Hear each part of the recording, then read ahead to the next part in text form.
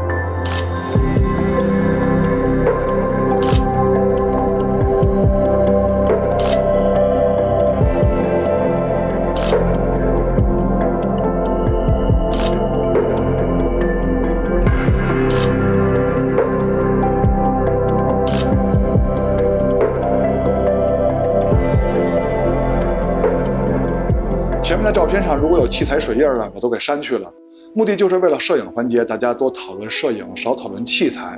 器材雖然分好壞，但是攝影不論器材，能成像的設備都能參與到攝影中來。歡迎收看 ZPH， 別忘了點讚和加關注支持我們啊！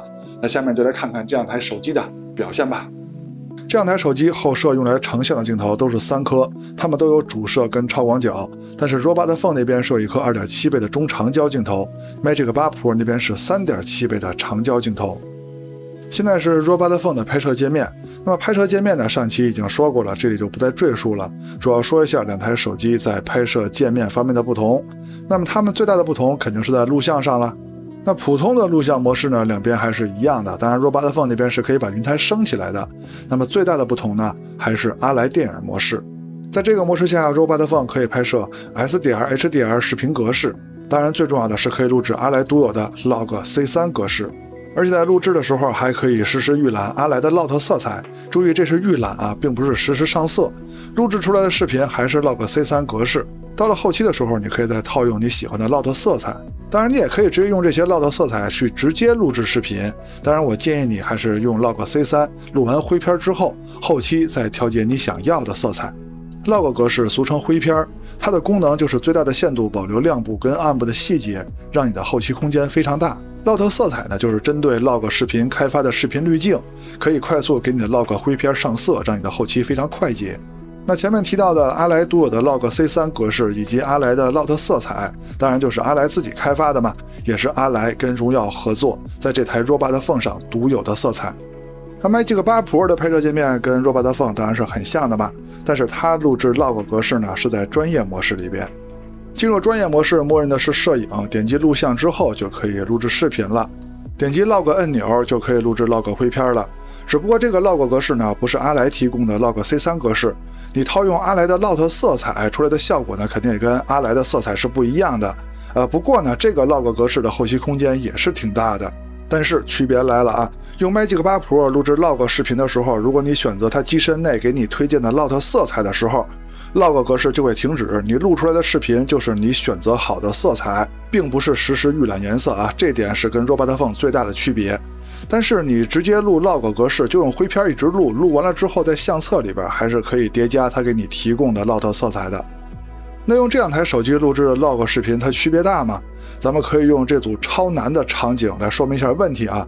老實說，在一般的場景下呢，這兩台手機的 Log 视頻差別不大。但是這種低一級難度的大光比場景呢，就是大家日常錄制視頻不會涉及的场景，它們的差別還真就挺大。那亮部天空雲彩的細節、樹葉與天空的分界，還有樹葉本身的細節區別呢，就是有的啊。但是這部分呢，我們就不細說了，就留給盯真的觀眾去看了。因為最大的區別就是暗部的差別，大家都看出來了吧？就算是近視眼都能看出來吧？兩邊的細節呈現噪點的差距是非常巨大的。Robot Phone 用 Log C3 格式拍出来的效果遠強於 Magic 8 Pro 現在的 Log 格式。換了一個場景，差距依然如此。那造成這種差距到底是硬件的原因呢，還是文件格式的原因呢？反正馬上要發布的榮耀 Magic 9系列，它是又有硬件又有格式啊，我很期待它的表現。現在是手機默認設置的錄像表現啊，默認設置也是最接近直接用社交軟件錄制的效果。還有就是默認設置是所有一切高階錄像效果的基礎。現在就是主攝手持走路的錄像效果。Robot Phone 那邊是把雲台展開之後錄的，兩邊的清晰度跟防抖都還不錯啊，但是顏色的差距是比較大的。你們更喜歡哪邊的色彩呢？現在是超廣角的錄像效果，兩邊的防抖一樣是非常優秀的，清晰度也不錯啊，最大的區別還是色彩上的區別。現在是2倍數碼變焦的錄像表現。要說清晰度嘛，我感覺 Robot Phone 那邊是只強不弱的啊，但是它們最大的區別呢，還是顏色方面，防抖什麼的也都很接近。那麼你們更喜歡哪邊的顏色風格呢？現在是 2.7 倍的錄像表現 ，Robot Phone 那邊是光學鏡頭 ，Magic 8 Pro 那邊是主摄的數碼變焦。那麼在清晰度方面啊，差距是非常明顯的啊，是 Robot Phone 這邊表現更好。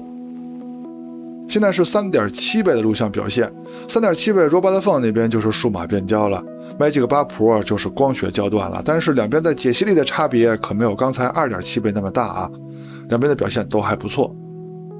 現在是15倍的錄像表現，也是两台手機最遠的錄像焦段了，當然肯定是數碼变焦啊。要說在解析力、清晰度方面呢，肯定是 Magic 8 Pro 這邊更好，畢竟它是有焦段優勢的。不過相比之下 ，Robot Phone 那邊的表現已經不錯了。現在是主攝夜晚的錄制表現 ，Robot Phone 那邊也是把雲台升起的，可以看到两邊在防抖方面的差別是非常大的。現在是超廣角夜晚的錄像表現，兩邊在清晰度啊、解析力方面是差不多的，但是顏色方面啊，是 Robot Phone 这邊的表現更好。現在是 2.7 倍的錄像表現 ，Robot Phone 那邊是光學焦段 ，Magic 8 Pro 這邊是主攝的數碼變焦，所以在清晰度方面肯定是 Robot Phone 的表現更好。現在是 3.7 倍的錄像表現，這回 Robot Phone 就是數碼變焦了 ，Magic 8 Pro 是光學焦段，但是兩邊在清晰度、解析力的差別呢，可沒有剛才 2.7 倍的差別那麼大啊，這點呢跟白天的表現是差不多的。現在是最遠的錄像焦段15倍數碼變焦的表現啊，兩邊的效果都還可以啊，但是從實際的錄像效果來說呢，還是 Magic 8 Pro 這邊更好一些，畢竟它有焦段的優勢。两台手機錄像的對比告一段落了，下面咱們要看看它們在影像基礎上的表現，就是每一顆鏡頭在光學、在解析力上的对比。我们還是先從主攝開始聊。參數都列這兒了，兩邊主攝最大的區別就是最高像素不同。Robot Phone 那邊是2億像素的 ，Magic 8 Pro 是5000萬像素的。測試方式是用手機的默認設置，拿起來就拍。在默認設置下，兩邊的色彩都夠豔麗的啊。那麼解析力方面，在默認設置下，兩邊也比較接近。再看一組對比，兩邊在顏色表現方面還算接近啊，但是綠色的表現是不一樣的。你們更喜歡哪邊的色彩風格呢？那麼解析力方面，在默認設置下依舊比較接近。現在是高清模式的對比 ，Robot Phone 是2億像素的 ，Magic 8 Pro 是5000萬像素的。那麼在解析力方面的差別還是很明顯的啊 ，Robot Phone 的表現更強。镜組的光学質量，也就是邊角畫質把控方面，從右上角來說呢 ，Robot Phone 這邊邊角畫質下降的是更小的，但是它子邊更重。從左上角的表現來看呢 ，Robot Phone 這邊是沒有子邊的，直接可以看出來它的邊角畫質下降的更少。再說超廣角鏡頭，從參數上看呢，兩邊的超廣角還是十分接近的。從第一組對比中，兩邊在色彩風格方面的差別還是挺大的啊。你們更喜歡哪邊的效果呢？那麼中心解析力方面，兩邊差不多，但是 Robot Phone 更柔和一些。再換一個場景，兩邊拍攝出來的色彩都是非常豔麗的。那麼解析力方面，兩邊依舊差不多，但是從成像風格來說 ，Robot Phone 更柔和 ，Magic 8 Pro 更銳。現在是高清模式的对比，它們都是5000萬像素的。那麼在解析力方面，兩邊依舊差不多，呈現出來的風格呢，依舊是 Robot Phone 更柔和 ，Magic 8 Pro 更銳，而且數碼處理痕跡更明顯。鏡組的光學質量，也就是邊角画質把控方面呢，两邊就可以说是半斤八两，谁也甭说誰啊。不过这两台手机的超广角，它的焦段都達到了等效12毫米，視角非常的寬廣啊，邊角畫質下降嚴重啊，也是在所難免。再說中長焦鏡頭 ，Robot Phone 是有一顆2.7倍的中焦鏡頭的，因為從等效焦段上來說，它還屬於中焦範圍。Magic 8 Pro 是有一顆3.7倍的長焦鏡頭的。對比樣片，先從2倍數碼變焦開始看，它們都是主攝的數碼變焦，兩邊在解析力方面都非常不錯。現在是2.7倍的對比 ，Robot Phone 的2.7倍是光學焦段 ，Magic 8 Pro 的2.7倍是主攝的數碼變焦。那麼解析力方面肯定是 Robot Phone 的表現更好，但是差距呢沒有前面錄像的差距那麼大。現在是3.7倍的對比，那麼 Robot Phone 那邊3.7倍就是數碼變焦了 ，Magic 8 Pro 3.7倍是光學焦段，解析力上沒有懸念 ，Magic 8 Pro 的更強。現在是他們中長焦鏡頭高像素模式的對比，他們都是2億像素的啊。那麼在解析力方面呢，還是 Magic 8 Pro 的稍強吧，但是它的數碼處理痕跡明顯更重啊。現在是10倍數碼變焦的对比，解析力方面呢沒有懸念啊 ，Magic 8 Pro 的更強，畢竟它有焦段的優勢。現在是30倍超長數碼變焦的對比，那麼理論上解析力更強的應該是 Magic 8 Pro， 但是呢，相比之下 ，Robot Phone 的表現已經不錯了啊，甚至 Magic 8 Pro 的數碼處理痕跡重啊，導致它的畫面觀感還不如 Robot Phone。這兩台手機拍攝長焦的時候都可以開啟 AI 超清長焦。開啟這個功能之後，解析力確實會有提升。我把開啟跟未開啟的畫面穿插在一起放，大家就能看出區別啊。只不過開啟這個功能呢，是需要數據流量的，是需要聯網的。哎，你們覺得 Magic 9系列會不會上更強的長焦呢？再說微距拍攝，那麼這兩台手機拍攝微距最好的鏡頭呢，還是超廣角鏡頭。雖然說它們的長焦都有一定的長焦微距能力，但是效果呢太一般了啊。那麼這兩台手機拍攝微距的方式呢，就是用主攝慢慢接近被攝物體，系統就會切換到超廣角，並且裁切到主攝的視角來拍微距。也可以在相機界面點擊更多，再點擊微距功能，就可以拍攝微距了。只不過這個時候系統也是用超廣角來拍攝微距，界面中的1倍、2倍呢，也都是超廣角的數碼變焦。微距測試拍攝了2個場景，這兩台手機對比呢，微距效果可以說是仿上仿下啊，而且它們的微距效果呢也都夠用。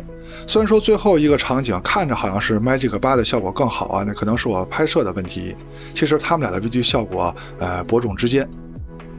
再說前攝，那這塊對比呢分2部分，畢竟 Robot Phone 是可以用雲台主攝當前攝的啊，這點對於它來說是優勢。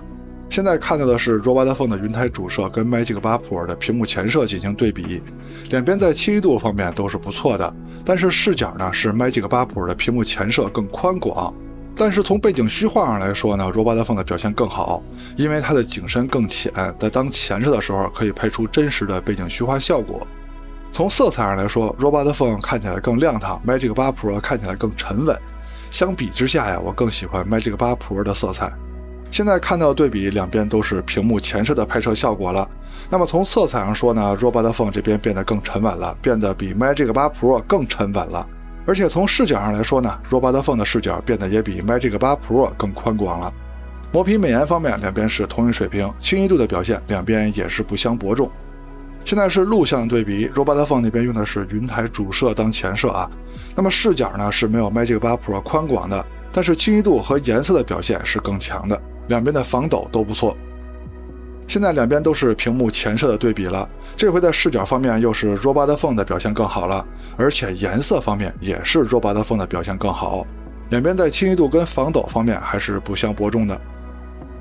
人像對比用的就是手機人像模式的默認設置，這回依舊拍攝了兩個場景，分別是在陰影下，這個陰影呢其實就是樹蔭的花陰簾，還有一個場景呢就是對於人像來說比較殘酷的陽光直射場景啊。總的來說呢，不管是哪個場景，兩台手機的表現都是十分接近的。那麼這個場景呢，就一筆帶過了。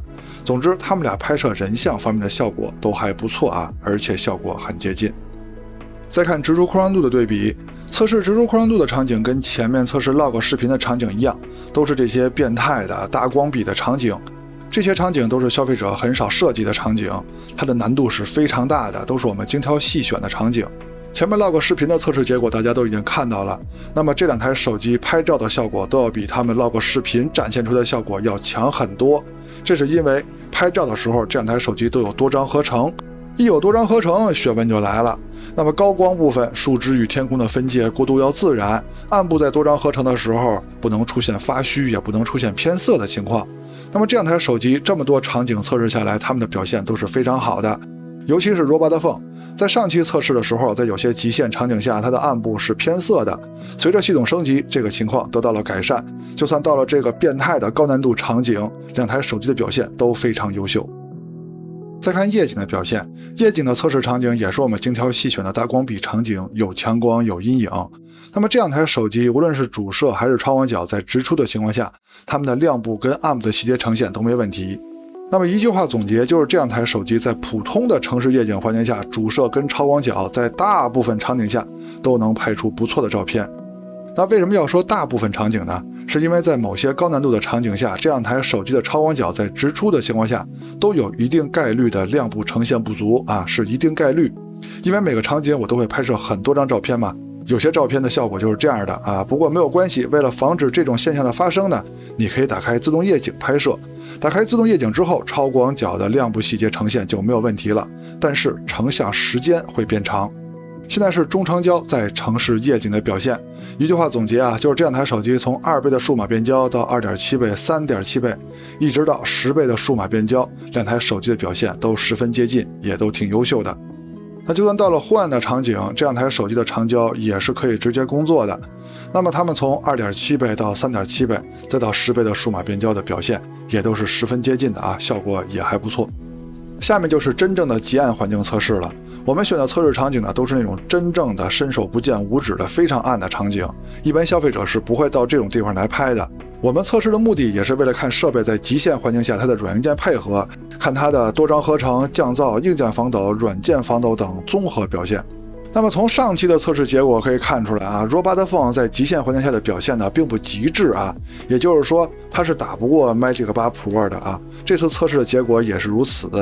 但是據我所知 ，Magic 9它的硬件會升級啊，我希望這個消息是真的，我很期待到時候它的表現。到了結尾的總結環節了，我們還是借着本期上榜的優秀攝影作品來聊一下這兩台手機的對比。那 Robot Phone 作為榮耀跟阿萊合作的第一款產品，同時它又大刀闊斧地對手機在結構上、在玩法上進行了史無前例的創新。我一開始認為這款產品啊，就是對未來的探索，所以我並沒有對它的影像抱以什麼期望。但是從實際結果上看呢，它的影像能力還真是不錯的啊，尤其是在錄像方面。但是有些地方確實不如 Magic 8 Pro 的表現。馬上跟 Robot Phone 同時代的旗艦 Magic 9系列就要來了。在 Robot Phone 發布會的結尾，榮耀還特意預告了它，這讓我對 Magic 9系列充滿了期待啊！節目的最後，各位對這兩台手機在工業設計方面、在長相方面發表一下自己的看法吧。你們覺得這兩台手機哪台手機長得更好看呢？如果你更喜歡 Robot Phone 就打1，如果你更喜歡 Magic 8 Pro 就打2。